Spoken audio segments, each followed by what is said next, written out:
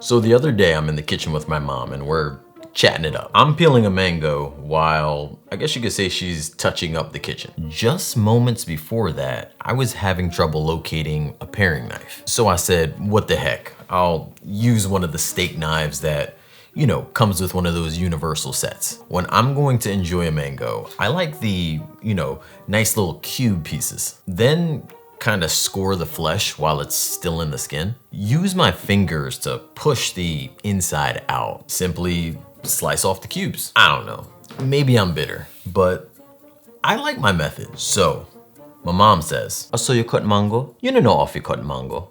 This or you cut mango. She proceeds to then grab the second mango in the house. Not that I was hungry for 2 mangoes, but for demonstration purposes, she signed me up for another. She couldn't find the paring knife either, and then proceeded to grab this 12-inch machete that I had no idea we even had in the kitchen. I've been eating mangoes before you were born. Me and my sisters would eat them all the time. Okay. But mom, I like the cubes. With a completely peeled mango, she places it in front of me. Here, go on, make your little cube them. My mango cutting time, 1 to 2 minutes. Yeah, sure, there may have been a little flesh left on the skin. Hers, 9 or 10 seconds.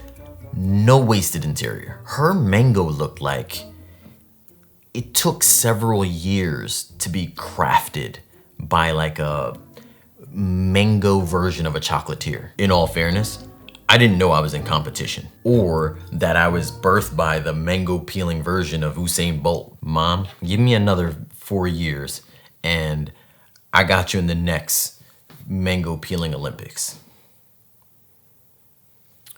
Yeah.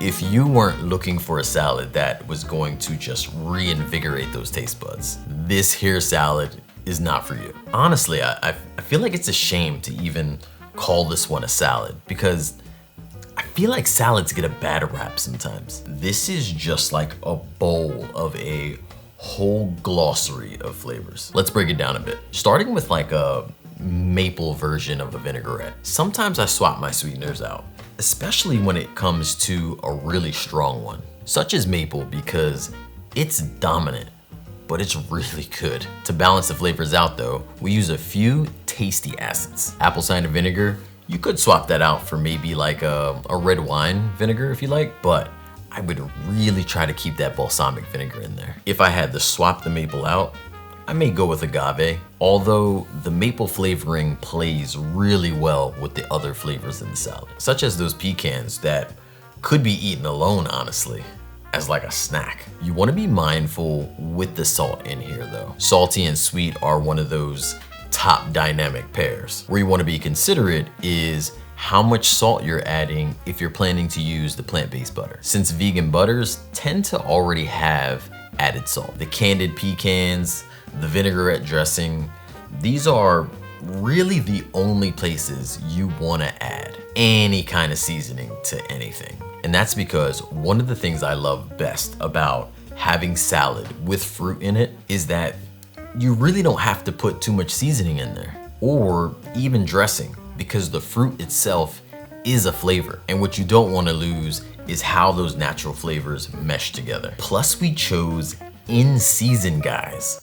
I mean, in-season guys are like the best guys. You can try peaches instead of mangoes, raspberries instead of blackberries, or even strawberries instead of blueberries. All these flavors are still going to play nice and basically just be holding hands the whole way through your mouth. That last part sounded weird. Still trying to figure out an option for when I'm grilling food and getting that on camera. I do want to take a moment and apologize. The way my equipment is set up, the way my videos are set up, and the fact that grilling is mostly outdoors, it's hard for me to execute, but I'm working on something. I do have a few announcements, but I'll save it to the end. Until then, I'll explain how I grilled it. So the mango and corn are grilled, and that's gonna make them more sweet, but also give you some really good smoky flavor in there. Corn, I would typically grill still inside of the husk. But if you wanna really get that char on there and truly taste that smokiness, then removing it from the husk is the way to go. I start off tossing mango pieces inside of avocado oil because it's high heat and anti-inflammatory. Preheat your grill to roughly about, I would say, medium heat, which is about 300 to 350 degrees Fahrenheit. When ready, add your fruit on there and give it like 1 to 2 minutes, and then you flip. I use tongs or a silicone spatula, and that's gonna help you keep those grill lines on the fruit. And that's pretty much it. Boom. Get it into the salad. Let's talk about the announcements. I'm starting a membership program to invest money back into the channel. This is gonna help me be able to cook more efficiently and in a better setup, whether it's our current situation, like trying to figure out how to shoot on the grill. More importantly, getting a studio, as I'm always shooting in a bedroom, believe it or not. Also, I'm starting some socials. You can check me out on Instagram and TikTok, and these are linked in the description along with the membership program. I'm still trying to figure out how she did it. For this recipe, head on over to my website, makeitdairyfree.com, where you can also print it or check out the link in the description. Looking for some more food inspiration? Check out another one of my videos. Thank you so much for everything. Until next Sunday, believe in good. Peace.